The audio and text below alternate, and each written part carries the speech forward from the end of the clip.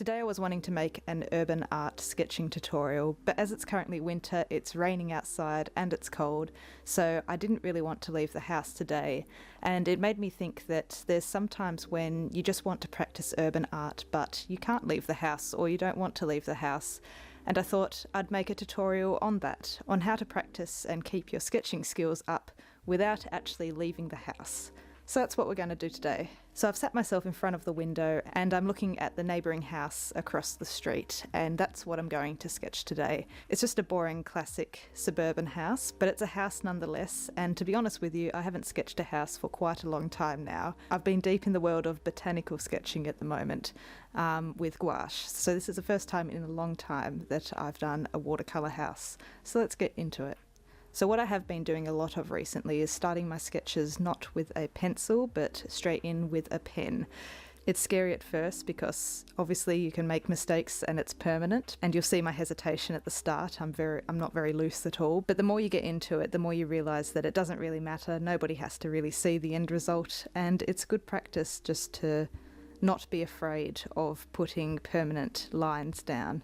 So that's what I'm doing at the start. I've actually just started with drawing in the beginnings of a power pole because that was sort of in the front and centre of my vision, and I thought that's an interesting subject to begin with. And I think it was a good move starting with the telegraph pole because I could see where the lines of the roof could intersect with the different height of the telegraph pole.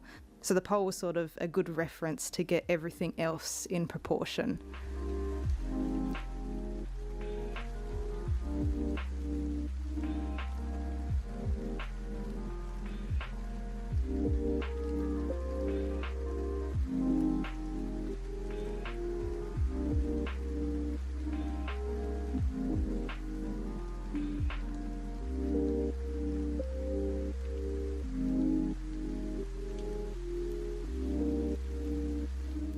Once I was happy with that roof, I started putting down the walls of the house, making sure that all the walls are parallel with the lines of the power pole, because it's very easy in sketching, as you probably know, to make your vertical lines maybe not parallel with each other, and then the whole perspective is completely out. So it's something to be very mindful of, that once you've done your first vertical line, every other vertical line of the buildings or whatever you're sketching nearby needs to be parallel with that line.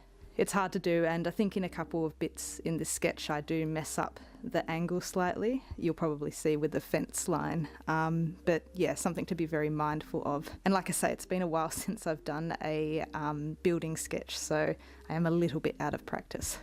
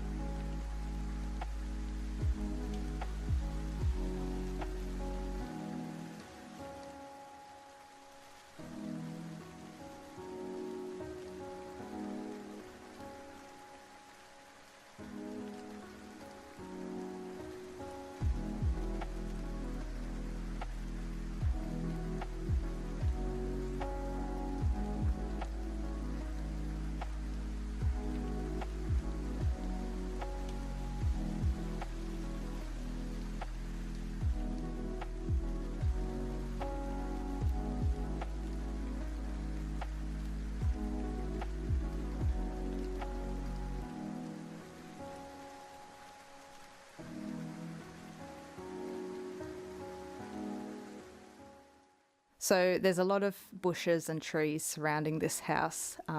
It doesn't really have much of a backyard, so I did a very rough sketch of the bushes in front of it.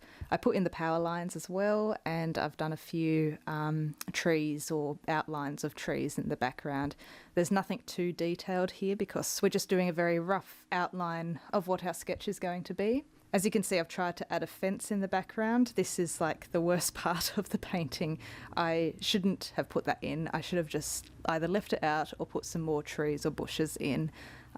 Because that's the great thing about urban sketching. You don't have to have all the details absolutely correct if you don't want to, or if it's not working for you. It doesn't have to be a like-for-like image of the real thing. You can put your own take on it. And yeah, I tried to keep to reality and put that fence in, but in hindsight, I think it would have looked a lot better if I had just put more bushes in it.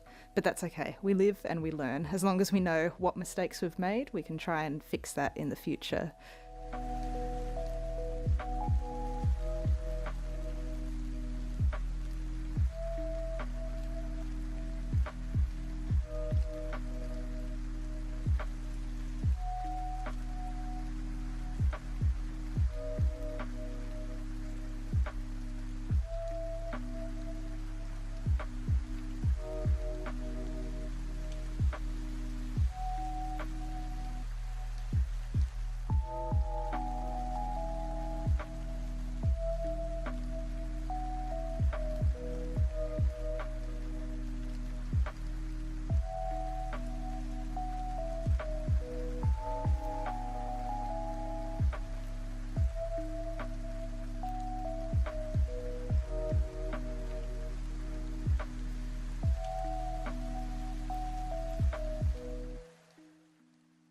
Then I finally put in just a few details around the windows. One of the windows had blinds, so that's what those horizontal lines will be.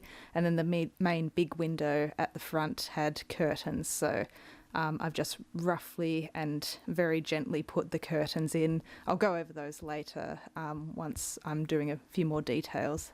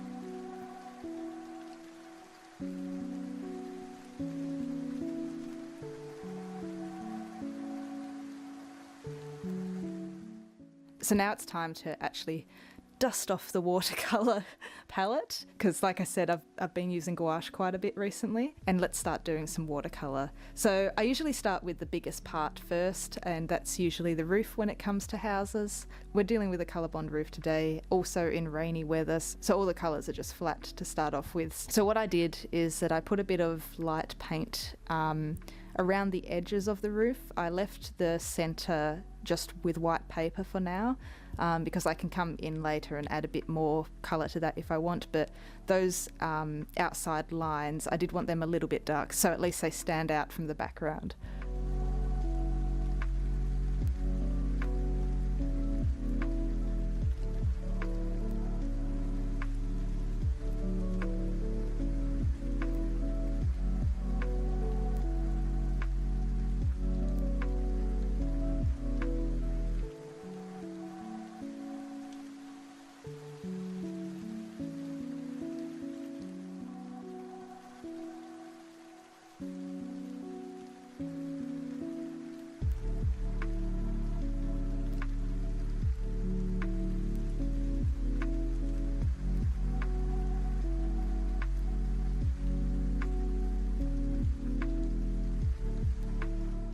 I then added the base colour for the brickwork of the house and went back in with a bit more colour for the roof.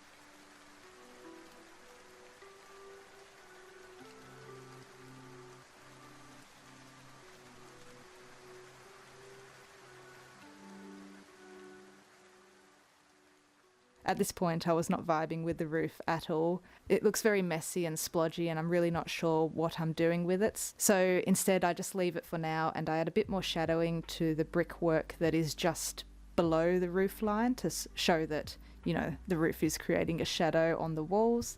And then I just move on with the greenery in front, so working on those bushes and making sure the greens are very dark and splodgy because it's winter. There's a bit of brown in the leaves with it being cold and not much light, and it's raining as well, so everything just looks a bit more dank and miserable essentially.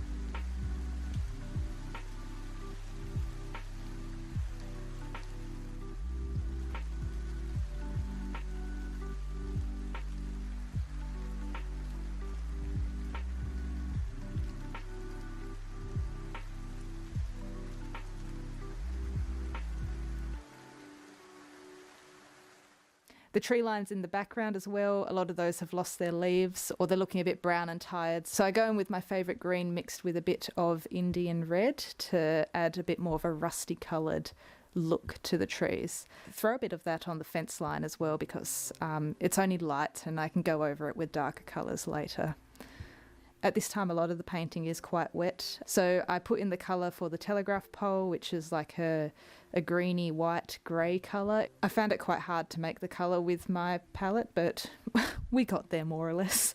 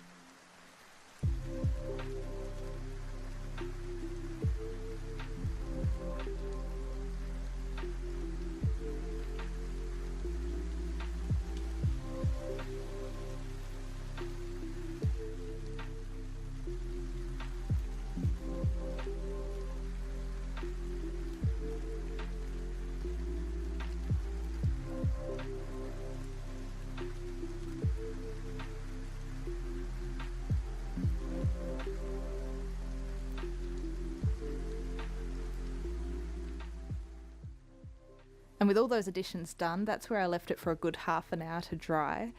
And I came back to it with my, I think that's 0.4 nib size, so a heavier one. I started off with 0.2.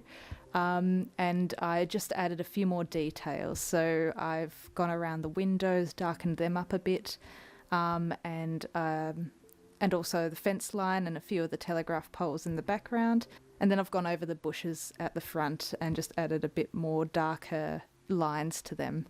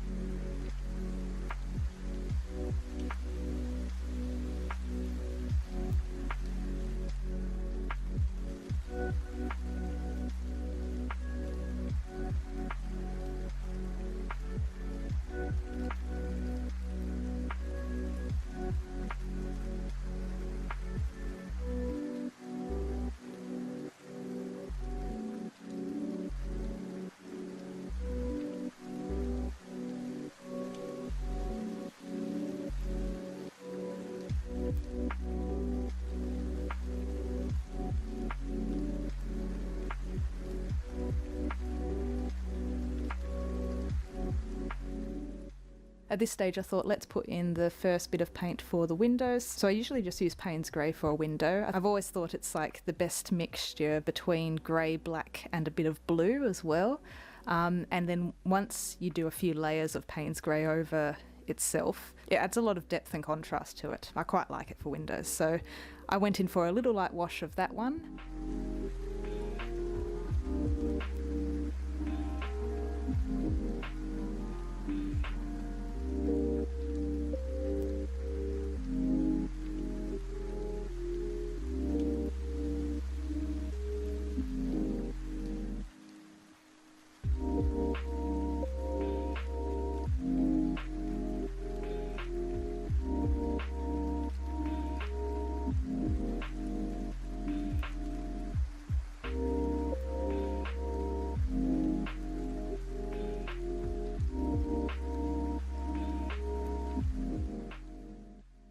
And I also added a bit of the Payne's grey with a little bit of brown, and I put a bit of sky in as well, because if you look at my paintings I usually just leave the sky blank, and this one, it needed a bit of dark sky to show it's a rainy day outside, so I did just a few brush strokes of that.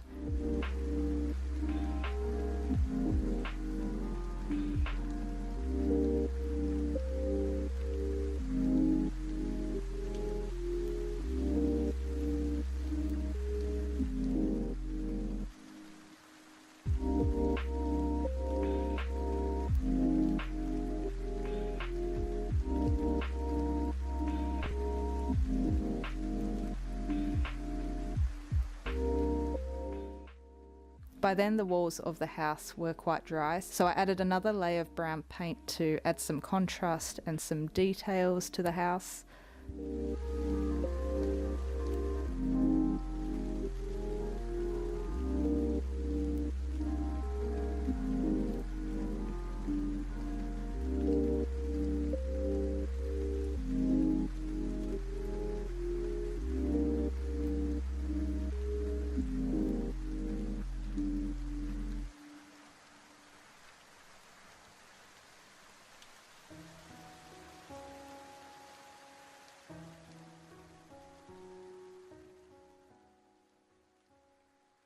So then we had another little drying sesh, and then for the last bit I came back in with the pen to add my final details to the house. So these details were things like deepening the lines of where the roof is, where it touches the top of the walls of the house, so where the gutters would be, essentially making that really nice and dark so that you can have some shadows and contrasts there.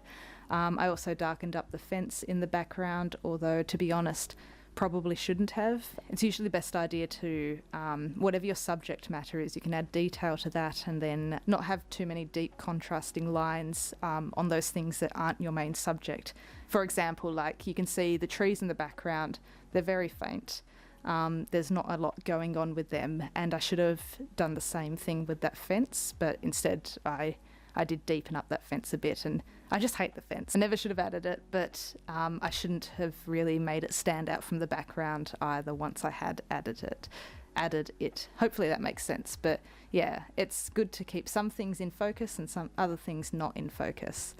I then added a bit more depth to the window using some more of the Payne's grey. I went over the roof a little bit more, and that was about it for my sketch.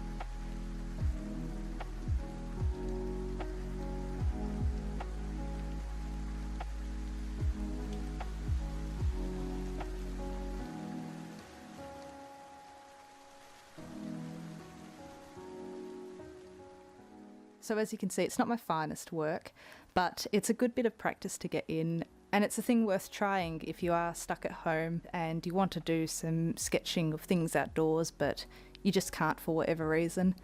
Maybe try sitting in front of the window like I did today and sketching what you see outside the window.